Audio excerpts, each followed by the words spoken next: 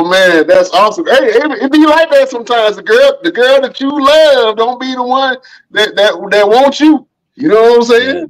that was there was definitely like real life inspiration for that track.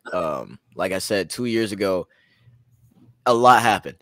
A lot happened, and because it was coming back to school during that quarantine time, but at the same time, like seeing everybody for the first time in real life and trying to get over this, but it's also my senior year. Like I had a lot of different influences going on. So making that song was definitely like a callback to everything before I graduated, before I really started doing wrestling, like picking that back up. There was so much that led into that I wanted to touch light on.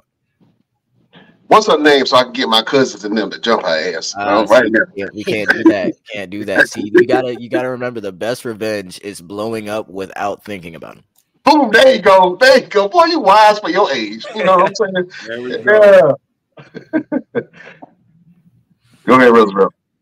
Oh no, I was agreeing. Yeah, I love that. I love that. So with that song, I mean, it's dope. It sounds like something you can hear on the mainstream. Who kind of influenced that kind of music for you? I know it's kind of like a pop type thing. So what kind of It pop is. artist really Um, you really I listen to a related to? lot. I listen to a lot of like in fact on my Spotify replay I got called the Alchemist because of how many playlists I have. Like I have different playlists for different genres, different feelings, a lot of that stuff. So like on my pop rock playlist there's a lot of Jaden, there's some Machine Gun Kelly, not much. There's Travis Barker, there's so many people that like made one song or made a couple of songs that I liked and they got added to the playlist. And when I was like going through listening to a bunch of different styles, I was like, I think I could do this. So I tested myself out, and that's what happened. Oh man, I think you were brave for adopting that sound. Even though there's people that's done it before you. Um, did that feel a little bit out of your element when you started doing the punk rock style of music? Because you're known for rapping, and most notably, you're known for rapping over wrestlers' entrance theme music. That's where I first started. That's when I started first hearing your music. I was like, oh man, he rapping over this theme music and this one. So was Yeah. that a big change going from that, or was it just natural for you? Um, I think it was a little bit of both. It was something to learn. It was a different area of music, but there was so much that was the same about it.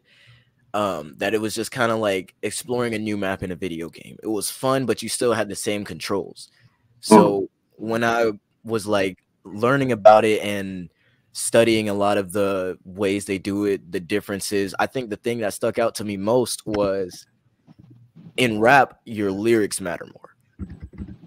In rock, the chorus matters more, what they're feeling, how you say it, the flow.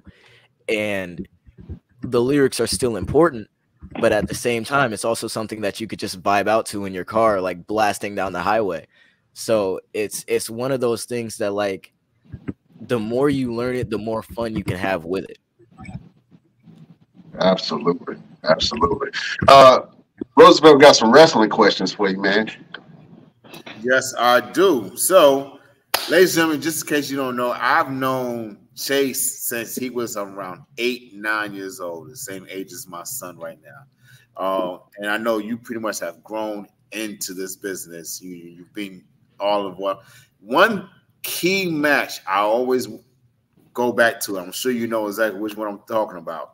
Is the match between your dad and the Geordie Bulldogs. You Okay. actually got involved with the match and the storytelling behind all of it.